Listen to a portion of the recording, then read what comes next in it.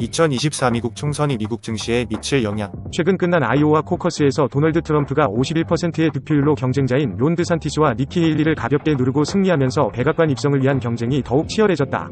온라인 예측 시장인 프리딕트잇의 결과에 따르면 트럼프가 11월 총선에서 승리할 가능성이 가장 높은 것으로 나타났다. 전직 대통령을 지지하든 지지하지 않든 투자자들은 트럼프의 두 번째 임기 가능성에 따른 잠재적 시장 파급 효과를 고려하는 것이 중요하다. 특히 중동의 긴장이 고조되고 있는 상황에서 주목받고 있는 분야 중 하나는 방위산업이다. 트럼프 vs 헤일리의 군사 전략. 파이퍼 샌들러의 미국 정책 연구 책임자 앤디 라페리에르는 이번 주 투자자들에게 보낸 메모에서 11월에 트럼프 또는 헤일리가 승리할 경우 주목해야 할 분야로 방위산업을 강조했다.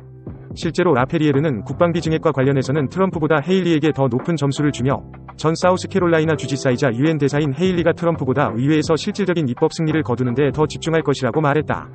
그러나 트럼프가 두 번째 대통령이 되면 미국은 트럼프의 오랜 우선순위 중 하나인 북대서양 조약기구에서 탈퇴할 수 있으며 이 경우 미국은 국방비 지출을 늘려야 할 가능성이 높다.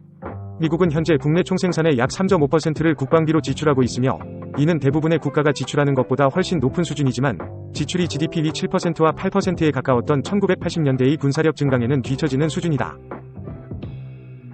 국방 예산 연간 1조 달러. 이 모든 것이 조 바이든 대통령 치하에서 군대가 약화되었다는 것을 암시하는 것은 아니다.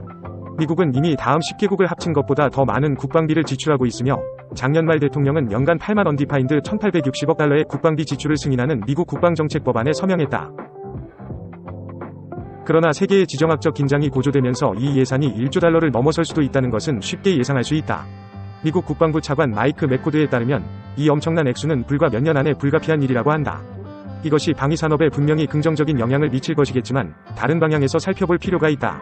지난 12월 피치 레이팅스는 방위산업에 대한 전망을 상향 조정하면서 계약업체들이 수주잔고 증가와 국가안보에 대한 지출 증가로 인해 지원을 받게 될 것이라고 썼다. 같은 달 파이낸셜 타임스는 15개 글로벌 방위산업체의 주문서를 검토한 결과 2023년 상반기에만 수주잔고가 총 7만 언디파인드 1640억 달러에 달한다는 사실을 발견했다. 이 기사는 각국 정부의 방위산업에 대한 지속적인 지출이 이 분야에 대한 투자자들의 관심을 불러일으켰다라고 설명한다. 빅 5화 연방계약, 방위서비스 회사의 성장 잠재력을 평가할 때는 계약 포트폴리오를 살펴보는데 시간을 할애하는 것이 중요하다. 이러한 기업 중 상당수는 구매자가 단 한 곳, 즉 연방정부뿐이기 때문에 가격보다는 기술 및 전략적 우위에 따라 경쟁하는 독특한 시장 역학관계가 형성된다. 미국 의회 조사국에 따르면 지난 수년간 록히드 마틴, RTX 언디파인드 제너럴 다이내믹스, 보잉, 노스롭 그루먼 등 비고방위 계약 업체가 국방부 연간 예산의 약 3분의 1을 수주했다. 2022년에는 기록적인 7만 언디파인드 1050억 달러의 군사계약이 체결되었으며 그중 록히드 마틴에만 470억 달러가 계약되어 다른 어떤 기업보다 많은 금액을 기록했다.